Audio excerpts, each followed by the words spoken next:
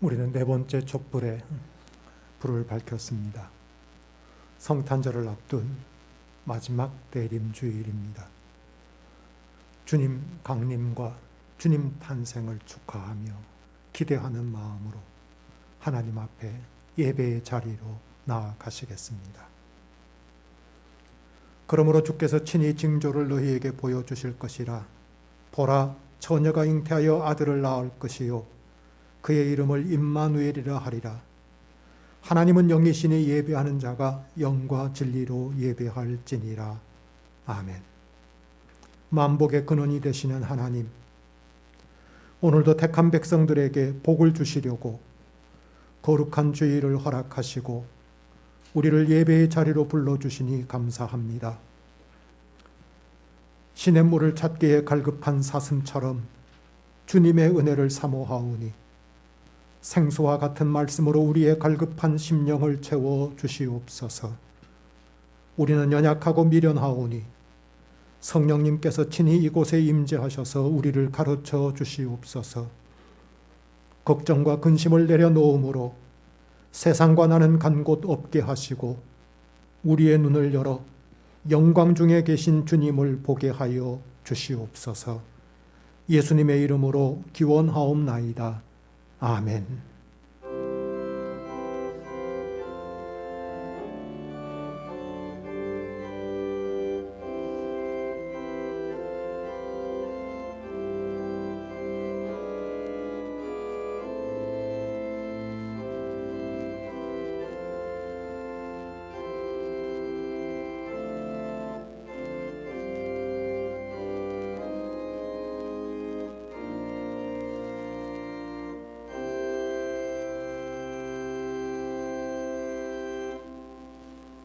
다 일어나셔서 찬송가 104장 함께 부르시겠습니다.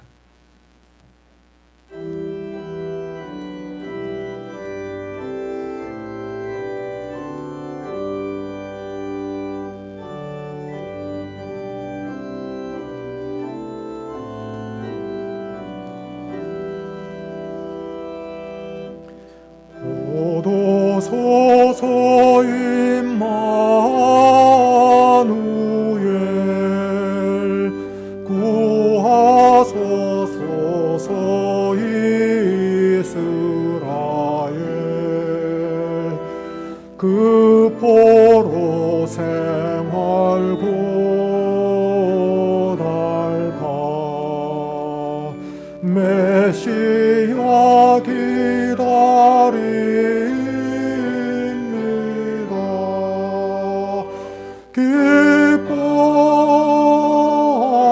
기뻐하라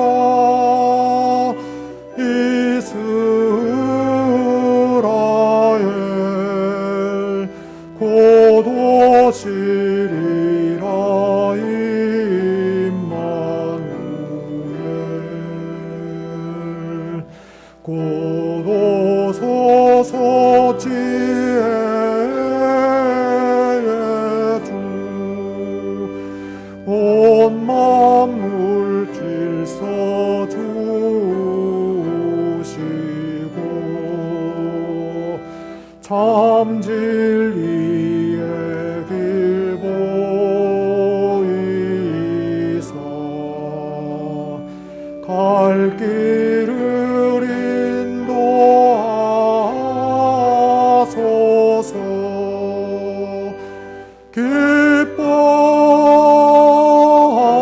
기뻐하라 이스라엘 곧 오시리라 임마누엘 곧 오소서 소망의 주 만 백성 한 마음 이루어 시기와 분쟁 없애고 참 평화 채워주소서.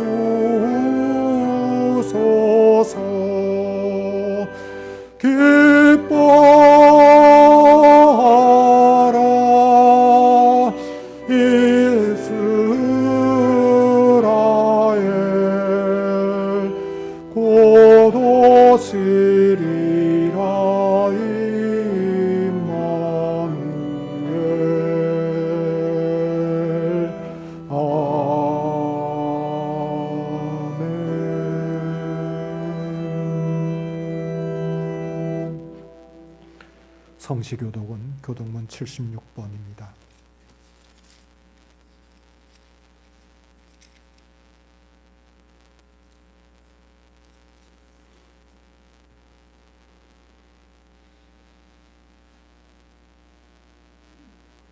태초에 말씀이 계시니라.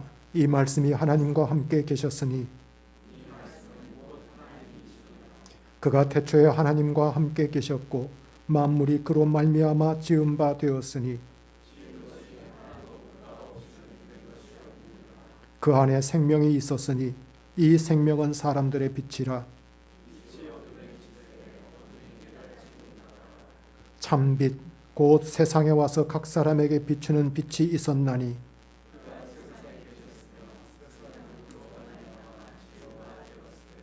세상이 그를 알지 못하였고 자기 땅에 오매 자기 백성이 영접하지 아니하였으나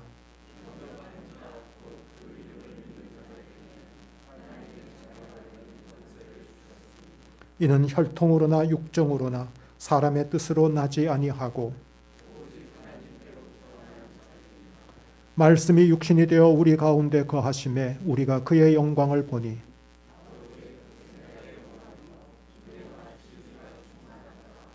아멘. 이 시간 독생자를 이 땅에 보내어 주신 하나님의 사랑에 의지하여 회개의 기도를 드리기를 원합니다. 예수님은 만민을 구원하기 위해 육신을 입고 이 땅에 오셨건만 우리는 구원자가 되시는 예수님께로 나아가지 않았습니다. 예수님은 온유하며 하나님의 뜻을 따라 십자가를 지셨건만 우리는 마음이 거칠어서 하나님을 멀리하며 살았습니다.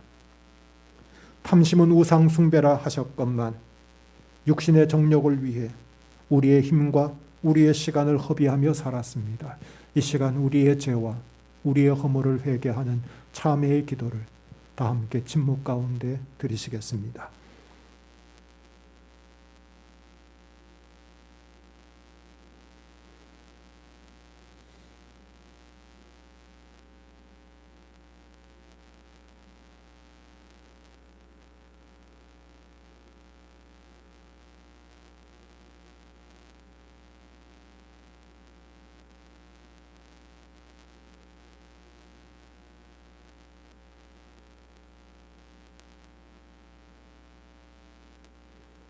하나님의 말씀입니다. 너희는 옷을 찢지 말고 마음을 찢고 너희 하나님 여호와께로 돌아올지어다. 그는 은혜로우시며 자비로우시며 노하기를 더디하시며 인애가 크시사 뜻을 돌이켜 재앙을 내리지 아니하시나니. 아멘. 사도신경으로 우리의 신앙을 고백하겠습니다. 나는 전능하신 아버지 하나님 천지의 창조주를 믿습니다. 나는 그의 유일하신 아들 우리 주 예수 그리스도를 믿습니다.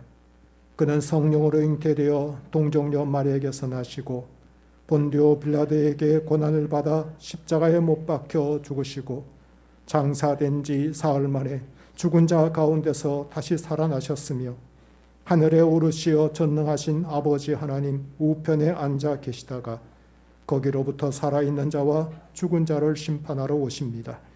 나는 성령을 믿으며 거룩한 공교회와 성도의 교제와 죄를 용서받는 것과 몸의 부활과 영생을 믿습니다. 아멘. 자리에 앉으시겠습니다. 이 시간 문하영 권사님께서 우리를 대표해서 기도 인도해 주시겠습니다.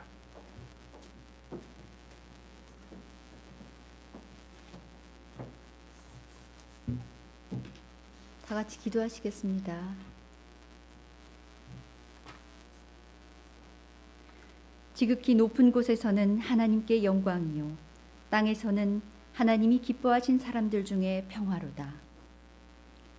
저희에게 성자 예수 그리스도를 보내시어 구원의 길을 주신 하나님, 크리스마스를 맞아 내가 속히 오리라 하신 예수님을 기억합니다.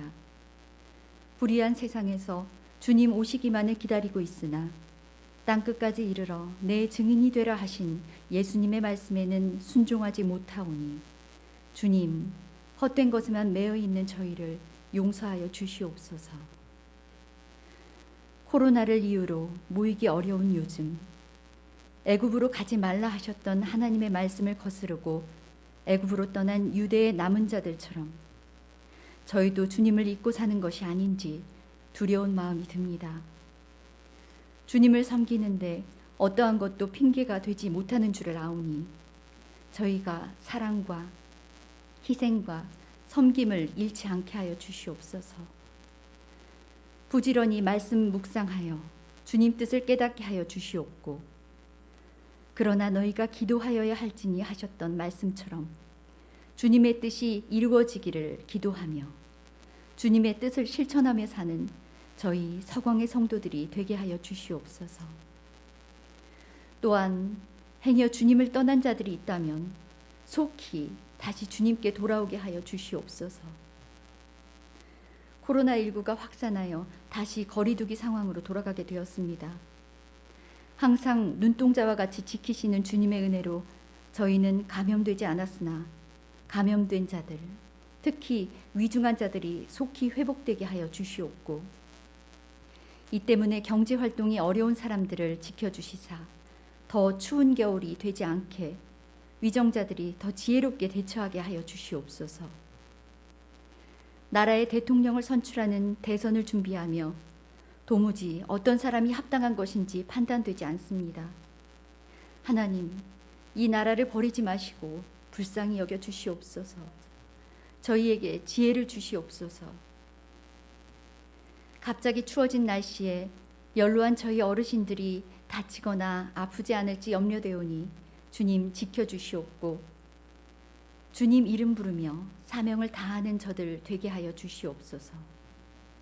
저희 어린 자녀들도 주님을 만나 참된 소망을 품고 살게 하시며 주의 귀한 일꾼으로 성장되게 하여 주시옵소서.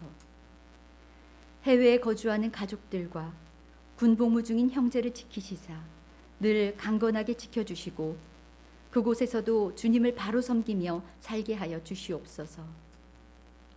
2022년을 준비하는 지금 항상 저희에게 넉넉히 허락하여 주신 주님의 은혜에 감사합니다. 주께서 주신 이유를 알게 하시며 쓰임받아야 할 자리와 재정 하시기 원하시는 뜻대로 행하는 저희 서광교회가 되게 하여 주시옵소서. 2022년에는 이전의 모든 것을 회복하여 행할 수 있게 하여 주시옵고, 모든 게으름을 떨쳐버리고 기쁨으로 행하는 자들 되기를 간절히 바라오니 주님, 저희를 회복시켜 주시옵소서.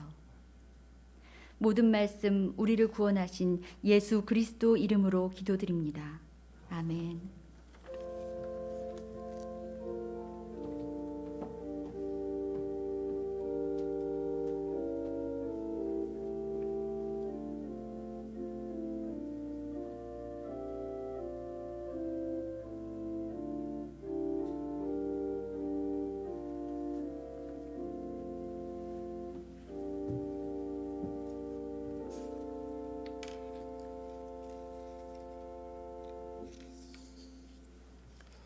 오늘 우리에게 주시는 하나님의 말씀은 누가복음 1장 26절로부터 38절까지의 말씀입니다.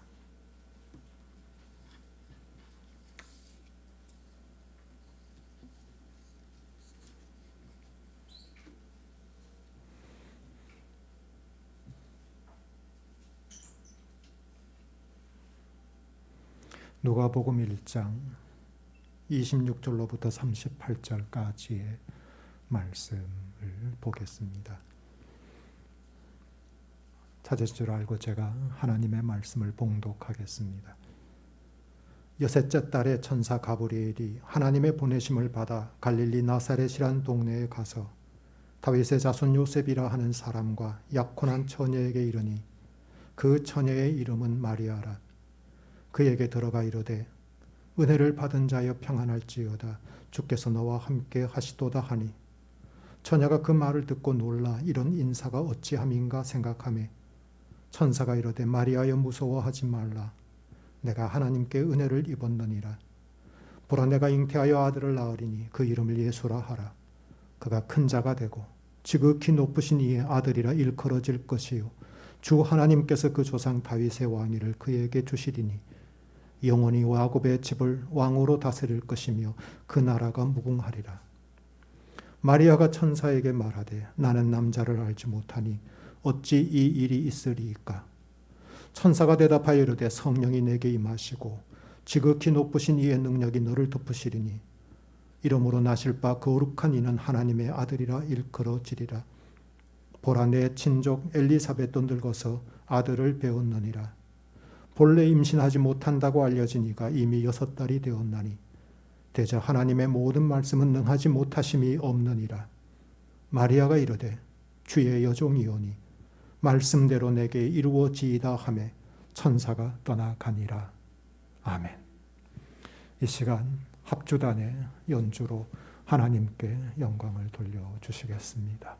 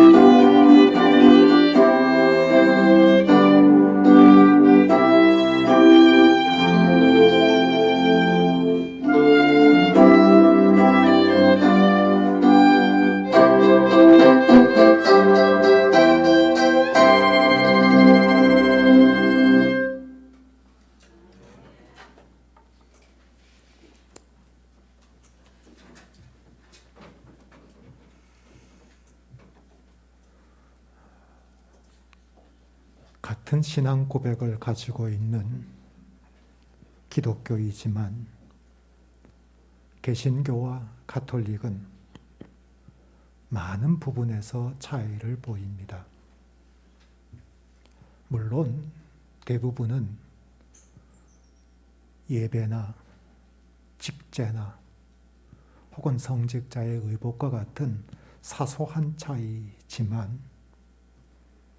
정작 중요한 차이가 나타나는 한 존재가 있습니다. 하나님에 대해서, 성자 예수님에 대해서, 성령님에 대해서는 개신교나 가톨릭이 같은 신앙 고백을 가지고 있습니다. 그런데 두 교회가 전혀 다르게 이해하는 한 존재가 있습니다. 마리아입니다. 가톨릭에서는 마리아를 단지 동정녀를 넘어서 성모라고 부르고 신의 모친이라고 부릅니다. 그리고 신자들에게 기도의 대상이 되어서 신자들은 마리아에게 기도를 바치기도 합니다. 그리고 최근에 일부이기는 하지만 마리아를 예수님과 함께 공동 구원자라고 추앙을 하기도 합니다. 반면에 개신교에서는 마리아를 동정녀로만 여깁니다. 그 이후로는 예수님의 육신을 입은 예수님의 모친으로만 마리아를 이해하고 어쩌면 훌륭한 신앙인 정도로 마리아를 여기는 경향이 강합니다. 개신교인들이 가톨릭을 볼 때는 마리아를 신처럼 떠받드는 것이 이해가 가지 않고, 반면 가톨릭 신자가 개신교를 볼 때는 마리아를 너무 무시하는 듯 보여지는 것이 또한 마땅치 않게 여겨지는 것 같습니다. 마리아의 모습은 과연 어떤 모습이었을까? 예수님의 탄생이라는 이 놀라운 사건에서 우리는 마리아의 모습을 보게 되어지고 그녀의 진면목을 살펴볼 수 있습니다. 갈릴리 나사렛에서 살고 있던 평범한 처녀 마리아였습니다. 유다 지파 다윗의 후손인 요셉과는 약혼한 사이입니다. 약혼 사이에는 아직 동거가 이루어지지 않았습니다. 남편의 집에 가서 동거를 시작하는 것이 곧 결혼식이었고 결혼이었습니다. 아직 그 전이었습니다. 그 결혼을 손꼽아 기다리면서 요셉의 아내가 될 그 날을 꿈꾸고 있던 마리아에게 하나님께서 천사를 보내십니다. 천사의 방문은 아무리 당시라고 해도 극히 이례적인 일입니다. 짐작컨대 마리아는 천사를 본 적도 없고 천사를 만난 적도 없었을 겁니다. 대다수 유대인들이 그렇단 말입니다. 하나님께서 천사를 마리아에게 보낸 이유를 우리는 압니다. 인간을 구원하기 위해 예수님께서 탄생하시도록 그 사실을 마리아에게 알려주시기 위해 천사를 보내신 겁니다. 그런데 우리에게는 의문이 생깁니다. 왜 하필이면 마리아였을까? 당시에 많은 유대 여인들이 있었고 유다 지파의 후손과 정혼한 사이거나 결혼을 약속한 사이가 마리아 한 사람만 아니었을 터인데 왜 하필이면 마리아를 선택하셨을까 하는 생각을 해봅니다. 마리아가 가장 당시의 여인들 중에 믿음이 좋아서였을까? 아니면 당시의 모든 여인들을 통틀어 가장 도덕적이고 가장 착해서였을까? 물론 그럴 수 있지만 확인할 방법이 없습니다. 마리아가 죄가 없어서도 전혀 아닙니다. 마리아도 죄인입니다. 성경에 의인은 없나니 하나도 없나니 하셨습니다. 모든 사람이 죄를 범하였음에 라고 하셨습니다. 마리아도 죄인입니다. 우리와 다를 바 없습니다. 그런데 왜 하필이면 마리아를 하나님께서 선택하셨는지 우리는 모릅니다. 다만 분명한 것은 마리아가 하나님의 선택을 받은 것, 그것이 하나님의 은혜였다고 하는 것은 분명합니다. 천사가 마리아를 찾아와서 은혜를 받은 자여 라고 인사를 했습니다. 천사는 다시 한번 마리아에게 네가 하나님께 은혜를 입었느니라 라고 반복해서 말합니다. 마리아가 선택된 것, 마리아가 잘나서가 아니라, 마리아에게 탁월한 점이 있어서가 아니라, 마리아가 뛰어나서가 아니라 하나님께서 은혜로 그녀를 선택하셨다는 것입니다. 마리아가 예수님의 모친이 되도록 선택받은 것은 마리아의 탁월한 점이 아니라 하나님의 은혜로 선택받았다는 겁니다. 그 점에서는 우리도 마찬가지입니다. 그 점에서는 우리와 마리아가 전혀 다를 바가 없습니다. 마리아가 죄인이었듯 우리도 죄인이고요. 마리아가 하나님의 은혜로 선택받은 것처럼 우리도 하나님의 은혜로 하나님의 자녀가 되었고 구원을 받았고 그리스도인이 되었고 죄 용서함을 받게 되었습니다. 우리가 하나님의 자녀가 된 것이 내가 잘나서입니까? 우리는 우리를 잘 압니다. 결코 잘나지 못했습니다. 우리가 남들보다 도덕적으로 우월했습니까? 설마 그렇지 않습니다. 우리가 남들보다 탁월하고 뛰어난 점이 많았기 때문에 하나님의 선택을 받아 하나님의 자녀가 되었습니까? 절대로 아닙니다. 우리가 하나님의 자녀가 된 것은 전적으로 하나님의 은혜입니다. 내가 잘나서 선택받은 게 아니라 우리는 이유를 다 알지 못하지만 하나님이 은혜로 우리를 선택하셨기 때문에 하나님의 자녀가 된 겁니다.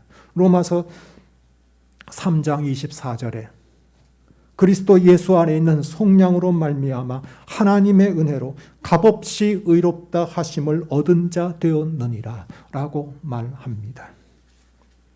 죄인인 우리가 의롭다 함을 받게 되고 구원을 얻고 하나님의 자녀가 된 것, 나 같은 자를 선택하여 주신 것, 그건 전적으로 하나님의 은혜라는 겁니다.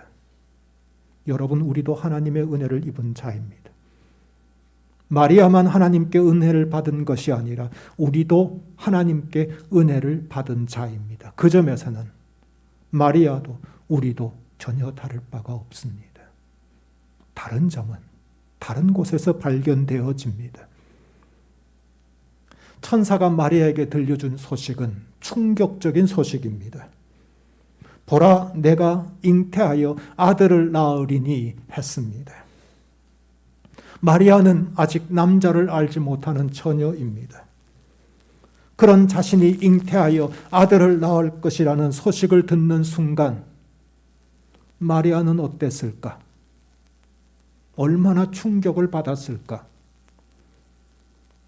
성경은 침묵하고 있지만 마리아는 세상에 이런 황당한 이야기가 있는가 싶었을 것입니다. 그 짧은 순간에도 내가 제대로 들은 것은 맞는지 확인하고 또 확인했을 겁니다. 천사가 농담하고 있는 것은 아닐까 생각했는지도 모릅니다. 그런데 천사가 들려주는 이어지는 소식은 더욱 충격적입니다. 도무지 이해할 수 없는 소식을 이어서 들려줍니다. 마리아가 잉태하여 낳게 될 아들 그 예수는 큰 자가 되고 지극히 높으신 이의 아들이라 일컬어질 것이요 주 하나님께서 그 조상 다윗의 왕위를 그에게 주시리니 영원히 야곱의 집을 왕으로 다스리실 것이며 그 나라가 무궁하리라 라고 소식을 전합니다. 자신이 잉태할 것이라고 하는 그 아기 예수가 큰 자가 되고 하나님의 아들이라 일컬어지고 다윗의 왕위를 이어받고 영원히 왕으로 나라를 다스릴 것이라고 하는 소식입니다. 마리아는 이 소식이, 이 이야기가 무엇을 의미하는지 잘 알고 있습니다. 어떻게 모를 리가 있겠습니까? 모든 유대인이 그렇듯 마리아도 기다리고 있는 그분이 있습니다. 메시아를 기다리고 있습니다. 지금 천사가 들려준 이 인물은 바로 메시아를 의미하는 겁니다. 자, 처녀의 몸으로 아들을 잉태하는 것도 상상할 수 없는 이야기이지만, 상식과 배치되는 이야기이지만, 그 아기가 하나님이 보내신 메시아라고 하는 사실을 마리아가 어떻게 이해할 수 있으며 받아들일 수 있겠습니까? 어느 누가 하나님이 인간의 몸을 입고 아기로 탄생할 것이라고 감히 상상이나 할 수 있었겠습니까? 마리아는 지금 천사의 이야기를 들으면서 공포와 전율에 휩싸였을 것 같습니다. 의문과 당혹감이 물밀듯 밀려왔을 것 같습니다. 처녀가 잉태한다는 것은 자신의 지식과 자신의 상식과 자신이 알고 있는 경험과 배치되는 이야기이고, 보잘것없는 시골 처녀인 자신이 메시아를 잉태한다는 것 역시 허무맹랑한 이야기이고 황당한 이야기로만 들렸을 것입니다. 만약 우리가 그 자리에서 이 소식을 들었다면 우리 역시 실소를 금치 못했을 것입니다. 천사의 말을 끊고 잠깐만요. 지금 무슨 이야기를 하십니까? 말 같지도 않은 이야기를 하십니까? 지금 농담하십니까? 저는 그럴 기분 아닙니다. 라고 했을 수도 있을 것 같습니다. 적어도 아브라함의 아내 사레는 그랬습니다. 그녀가 89세 때 천사의 방문을 받았습니다. 그 천사가 내년 이맘때 사라가 아들을 낳을 것이라고 소식을 전했습니다. 그때 사라가 어떻게 반응한 줄 아십니까? 숨어서 속으로 웃었습니다. 농담으로 여겼습니다. 그런데요, 마리아는 천사의 이야기를 끊지 않습니다. 천사의 이야기에 대해서 그 어디 말 같지 않은 말씀을 하십니까? 아무리 제가 시골 처녀라도 저를 무시하는 말 듣기 싫습니다라고 반박하지 않습니다. 웃지도 않습니다. 농담으로 여기지도 않습니다. 그녀에게는요, 믿음이 있었습니다. 무슨 믿음 말입니까? 하나님의 모든 말씀은 능하지 못하심이 없다고 하는 믿음을 그녀는 가지고 있었습니다.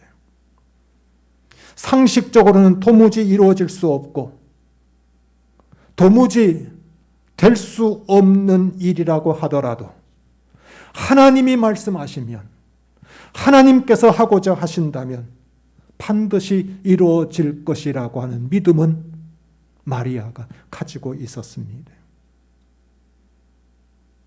천사가 불임으로 고통받던 친척 엘리사벳의 이야기, 임신 사실을 들려주고 대저 하나님의 모든 말씀은 능하지 못하심이 없느니라 라고 했던 것은 마리아에게 믿음을 새롭게 일깨워주는 게 아니라 마리아가 가지고 있던 믿음을 다시금 굳건하게 확신시켜주는 이야기였다고 할 수 있습니다. 천사의 방문을 받고 있던 마리아, 천사가 전해준 그 황당무계한 이야기를 듣고 있는 마리아였지만 그녀에게는 믿음이 있었습니다. 하나님의 말씀은 능하지 못하심이 없다고 하는 그 믿음, 마리아에게는 이 믿음이 있었습니다. 그래서 이 천사의 소식을 농담으로 여기지도 않았고요. 숨어서 낄낄하고 웃지도 않았습니다. 천사에게 화를 내지도 않았습니다. 마리아에게는 이 믿음이 있었던 겁니다. 마리아를 보면서 우리 자신에게 자문을 해봅니다. 나라면 그럴 수 있을까? 우리의 믿음은 어떤 모습일까? 하나님이, 말씀이 내 지식과 내 상식과 배치되어질 때 그래도 나는 마리아처럼 하나님의 말씀을 신뢰할 수 있는가? 아니면 내 상식과 경험을 우선시해서 하나님의 말씀을 한쪽으로 밀어둘까? 우리는 이성의 시대를 살고 있습니다. 이 이성의 시대에 지식과 경험을 높이 여깁니다. 심지어 집단 지성의 힘을 거론하기도 합니다. 믿음조차도 이성의 한계 내에서 이해하려고 합니다. 믿음조차도 우리가 합리적인 수준에 받아들일 수 있는 것만 받아들이려고 합니다. 그런데 여러분, 만약 믿음이 이성의 한계 내에서 받아들여지는 믿음이라면 그 믿음은 도대체 어떤 믿음일까요? 기독교가 만약 합리적인 정신, 합리적인 이성이라고 하는 테두리를 통과해야만 된다면 그 기독교는 과연 제대로 된 기독교라고 할 수 있겠습니까? 여러분, 믿음이란 우리가 분명히 할 게 있습니다. 하나님의 말씀을 내가 가진 지식, 내가 알고 있는 상식, 내가 경험한 경험보다 우선하는 것이 믿음입니다. 내가 가진 지식보다 하나님의 말씀을 신뢰하는 것이 믿음입니다. 밤새도록 그곳에서 그물을 던져보았지만 한 마리 고기도 잡지 못하고 베드로는 아침을 맞이합니다. 그런 베드로에게 예수님께서 다시 깊은 데로 가서 그물을 던져보라 하셨습니다. 어제 그곳에서 밤새도록 그물을 던졌습니다. 허탕만한 곳입니다. 지금 이 아침에 그곳에 고기 없다는 것 베드로는 너무 잘 알고 있습니다. 자기 지식과 자기 경험과 배치되는 예수님의 말씀이었습니다. 베드로 어떻게 했습니까? 성경에 의하면 내가 말씀에 의지하여 내가 그물을 내리리이다 라고 대답합니다. 말씀을 의지하겠습니다. 대신 내 경험과 내 상식 내려놓겠습니다. 베드로가 예수님의 제자가 되는 순간이었습니다. 한 백부장은 자신의 병든 하인을 위해 예수님을 찾아왔습니다. 예수님께서 그 백부장에게 내가 가서 고쳐주겠다 하시자 백부장이 손사래를 칩니다. 아닙니다, 아닙니다. 그러실 필요 없습니다. 주님이 내 집에 오시는 것을 저는 감당하지 못하겠고 주님께 그 수고를 끼치고 싶지 않습니다. 대신 말씀만 하소서. 말씀만 하셔도 제 하인이 나을 겁니다.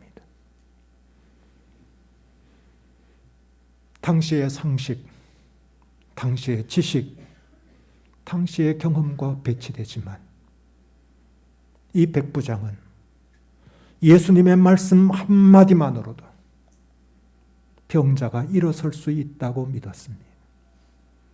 예수님께서 이 백부장의 믿음을 칭찬하지 않으셨습니까? 이스라엘 중에 이만한 믿음을 본 적이 없다 하셨습니다. 여러분, 말씀은요, 하나님의 말씀은 능치 못함이 없습니다. 우리가 가지고 있는 믿음, 그 믿음은 하나님의 말씀은 능치 못함이 없음을 믿는 믿음을 말합니다.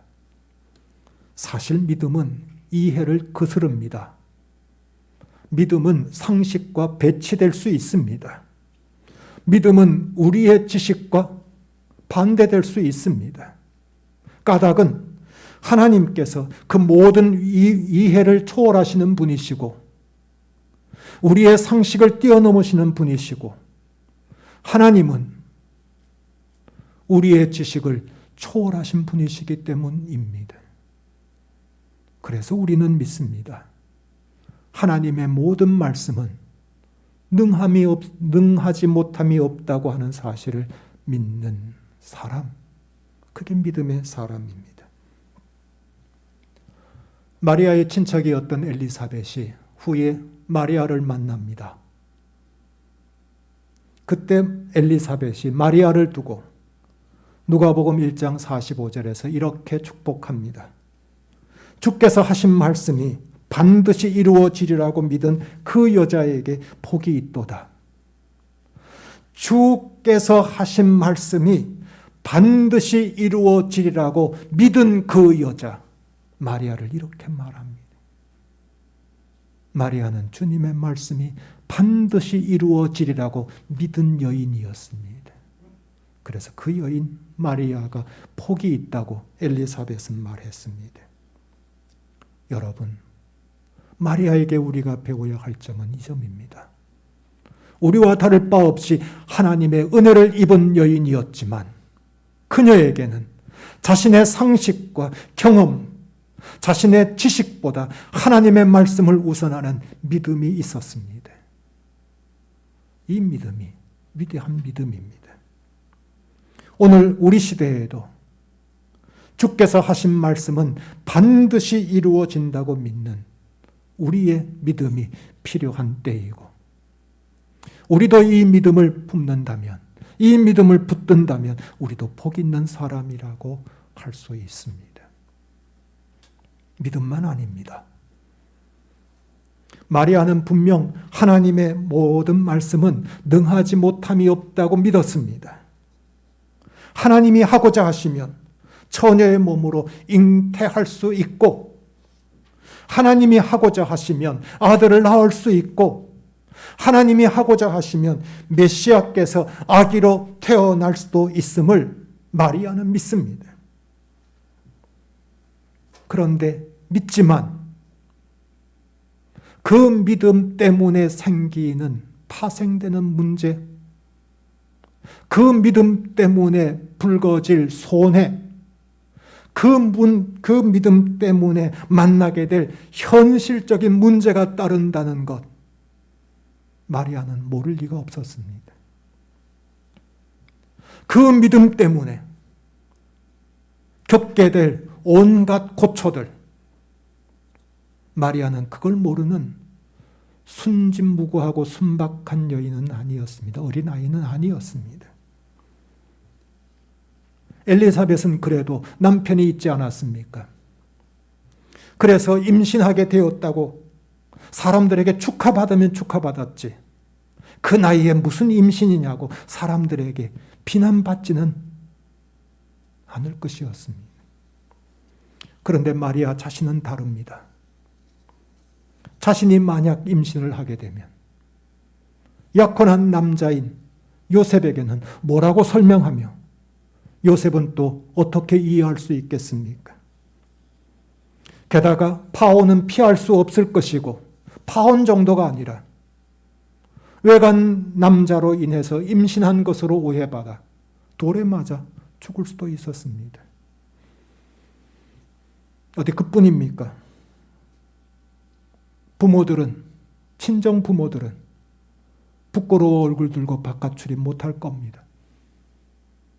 게다가 마리아 자신은 미혼모로 험한 세상을 어떻게 살아나가야 될지 앞이 캄캄하지 않겠습니까? 말씀대로 되어진다면 말입니다. 하나님께서 말씀하신 그대로 이루어진다면 말입니다. 문제가 하나둘이 아닙니다. 골치 아픈 일, 해결해야 될 일, 온갖 문제들이 꼬리에 꼬리를 일고 이어질 것입니다. 마리아는 예수님의 어머니가 되는 그 영광에 흠뻑 취해서 현실을 잊어버리고 사는 마치 소설 주인공, 판타지 소설의 주인공 같은 그런 성녀가 아니었습니다. 결혼을 앞두고 있는 평범한 처녀였습니다. 상식적이고 합리적인 판단을 내릴 줄 아는 여인이었습니다. 꿈과 현실을 구분할 줄 아는 평범한 여인이었습니다. 그 무수한 염려들 어떻게 합니까? 그 무수한 불안 어떻게 해야 됩니까? 닥칠 줄 모르는 난관과 어려움들 얼마나 많이 예상되어집니까? 그럼에도 불구하고 그 모든 염려거리들과 근심거리들과 난관과 숙제를 잔뜩 안고 마리아는 이렇게 대답합니다. 주의 여종이오니 말씀대로 내게 이루어지이다. 마리아는 지금 하나님의 당부를 수용합니다. 하나님의 말씀을 받아들입니다. 하나님의 말씀을 수용합니다. 하나님의 말씀에 순종한 것입니다. 이 순종이 얼마나 위대한지 우리는 성탄절을 통해 깨닫습니다. 이 순종으로 말미암아 메시아가 이 땅에 오시는 길이 열려지게 되었습니다. 이 순종으로 말미암아 인간을 구원하실 예수님이 이 땅에 오시게 되었습니다. 이 순종으로 말미암아 인류 구원의 역사가 그 서막을 시작하게 되었습니다. 시골에 보잘것없는 한 처녀였지만 그녀의 믿음과 그녀의 순종이 하나님이 이 땅에 이루시고자 하는 구원의 역사를 시작하게 하는 그 천문을 활짝 열게 된 것이었습니다. 뿐만 아니라 마리아는 이 순종으로 말미암아 복 있는 여인의 대명사가 되었습니다. 그의 친척 엘리사벳이 일어난 일을 알고 마리아를 향해 내게 복이 있도다, 내게 복이 있나니 두 번씩이나 복 있는 여인으로 칭송합니다. 그리고 훗날 예루살렘에서 예수님을 만난 한 여인이 당신을 뵌 태가 복이 있습니다. 마리아에게 복 있는 여자라고 칭송을 했습니다. 마리아의 이 순종, 위대한 순종입니다. 모든 순종은 귀합니다. 믿는 우리들도 순종해야 합니다. 그런데 여러분, 우리는 과연 어떤 순종을 하고 있습니까? 우리는 제대로 순종하고 있습니까? 제가 제 자신을 보아도 저의 순종은 선택적인 순종에는 익숙한 것 같습니다. 무슨 말인가 하면 순종해도 별로 손해가 안 나는 것,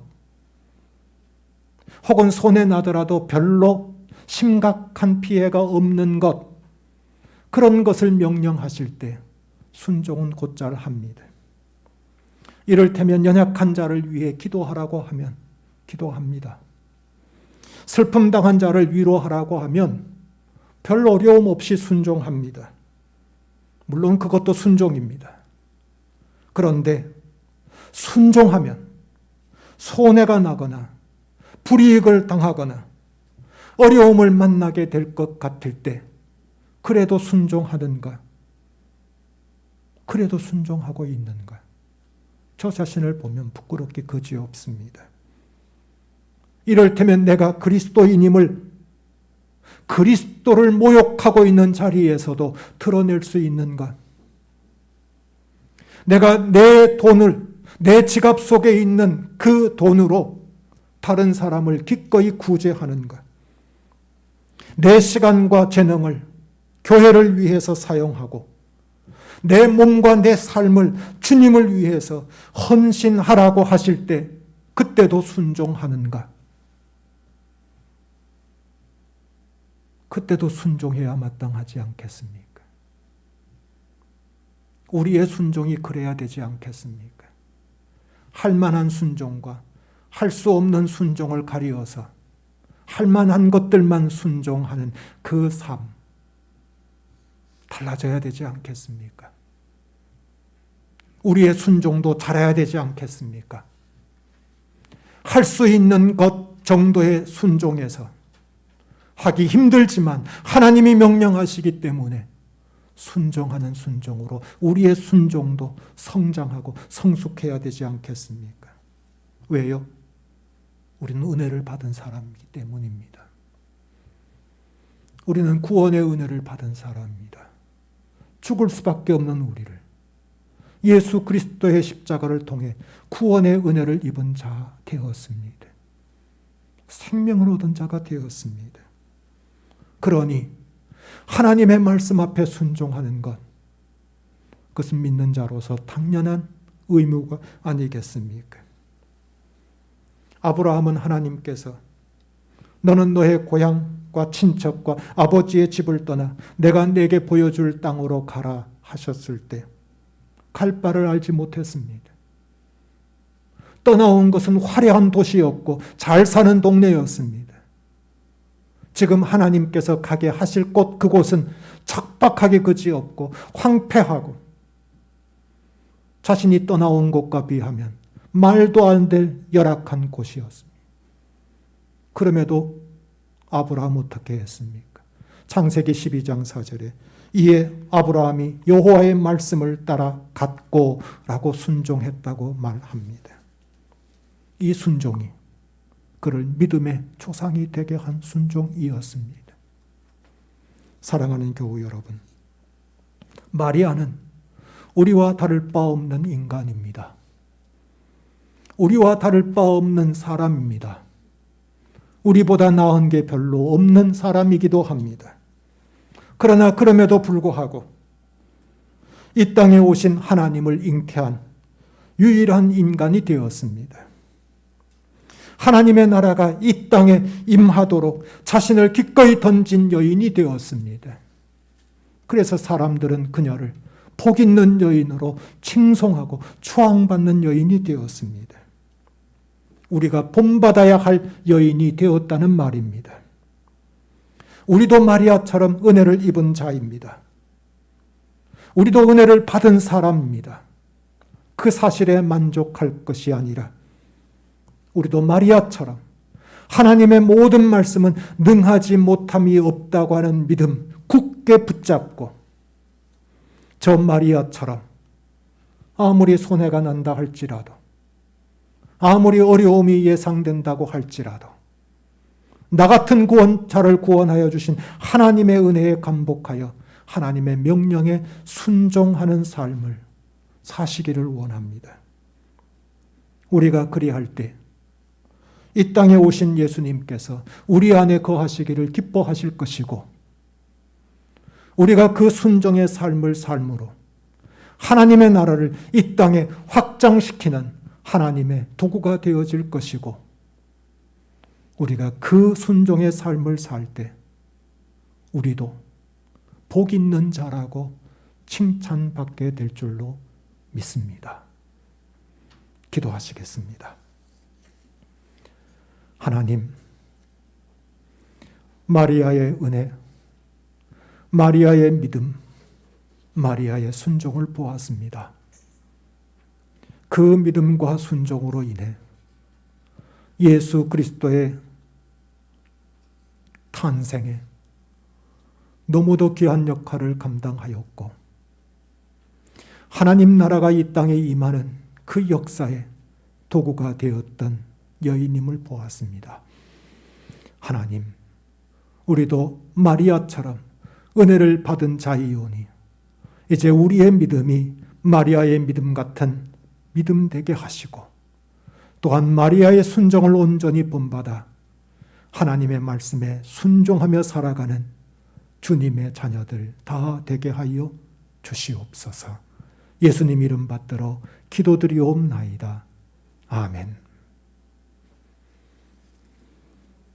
이 시간 우리 함께 찬송가 120장 부르시겠습니다.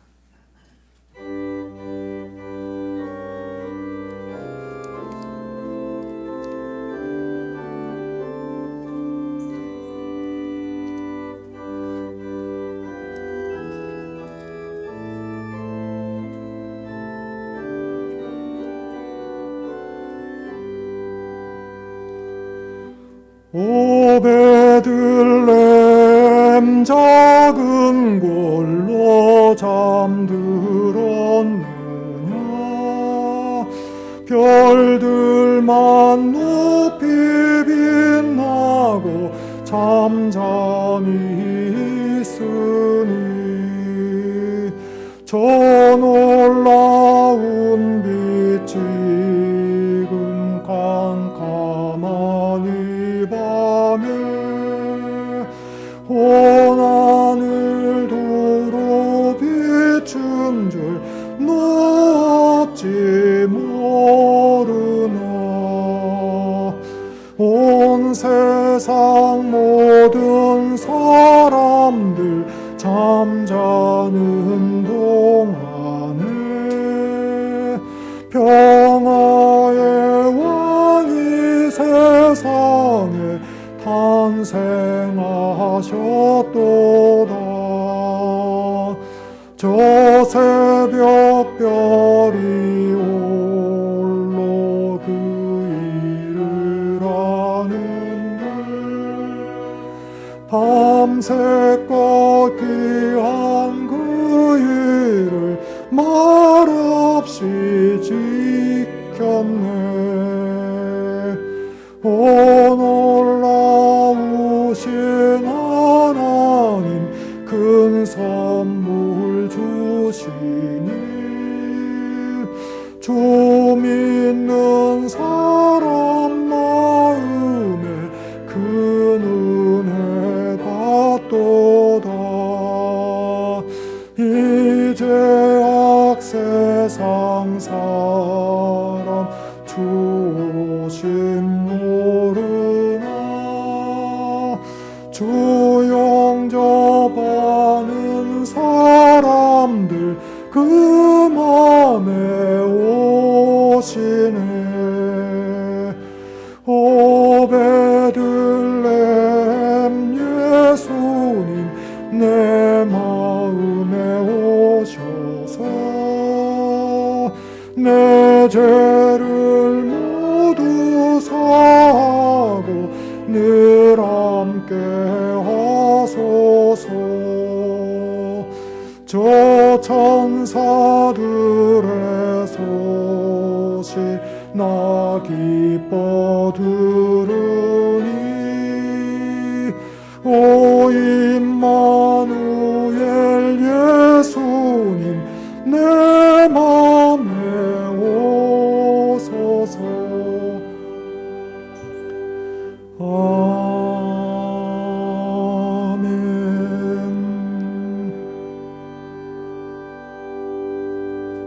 거룩하신 하나님, 대림절 4번 주일로 하나님 앞에 예배하게 하시고 이 시간 또한 우리에게 주신 물질 가운데 일부를 구별하여 하나님 앞에 예물로 드리게 하심을 감사드립니다.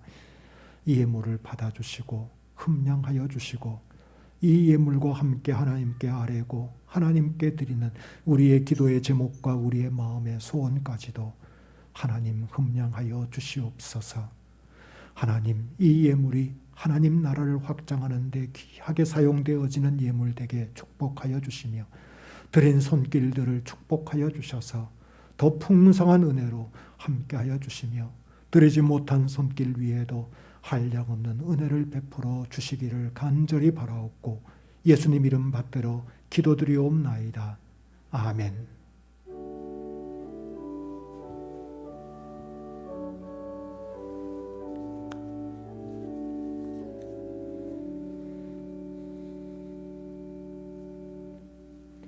광고 말씀 몇 가지 드리겠습니다. 예배를 마친 후에 이 자리에서 재직회를 개최하도록 하겠습니다. 그리고 다음 주 2부 예배 후에는 2022년도 예산안 심의를 위한 공동의회를 개최하겠습니다. 공동의회에는 세례교인으로 18세 이상 된 모든 교우들이 회원이 됩니다. 공동의회를 기억해 주시기를 바랍니다. 성탄절 예배가 이번 주 토요일 25일 오전 11시에 교회당에서 드리게 되어집니다. 그리고 이 성탄절 예배 시간에 은퇴식도 함께 거행하고자 합니다. 성탄절을 기억해 주시고 위에서 기도해 주시기를 바랍니다. 또 성탄절 당일에는 새벽 기도회를 쉬도록 하겠습니다. 그리고 강단 장식을 여전도회에서 감당해 주셨습니다. 감사드립니다. 이제 자리에서 일어나셔서 찬송가 105장 함께 부르시겠습니다.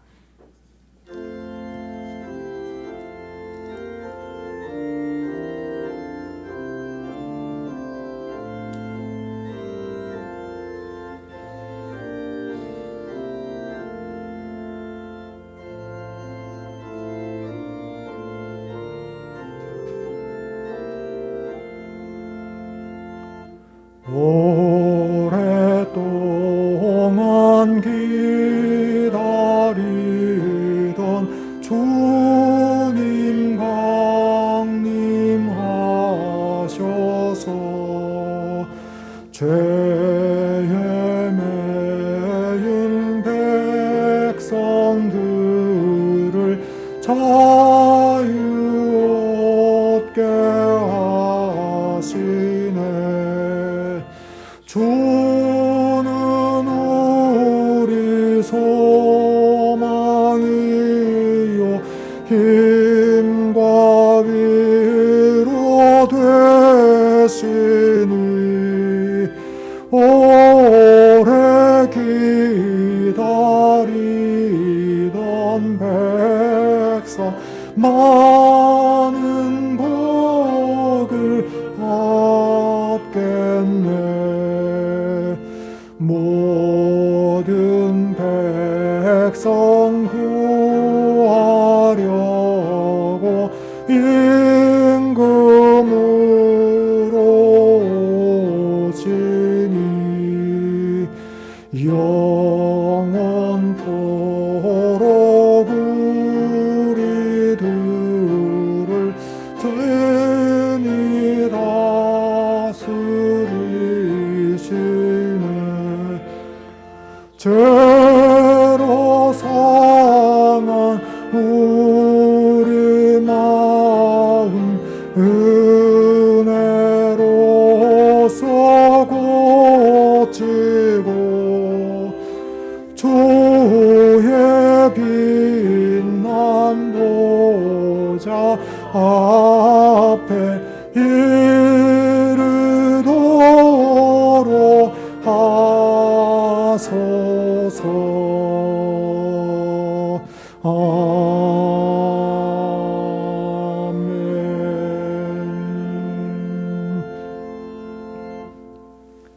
지금은 우리 주 예수 그리스도의 은혜와 하나님 아버지의 만극하신 사랑하심과 성령님의 인도하시며 교통하시는 역사가 성탄절을 앞두고 은혜 받은 자로서 믿음을 굳게 붙들고 또한 순종하며 살기를 다짐하는 머리 숙인 모든 성도들 머리 위에와 우리의 가정 위에와 우리의 교회와 조국의 교회들 위에 지금으로부터 영원토록 함께 하옵시기를 간절히 축원하옵나이다.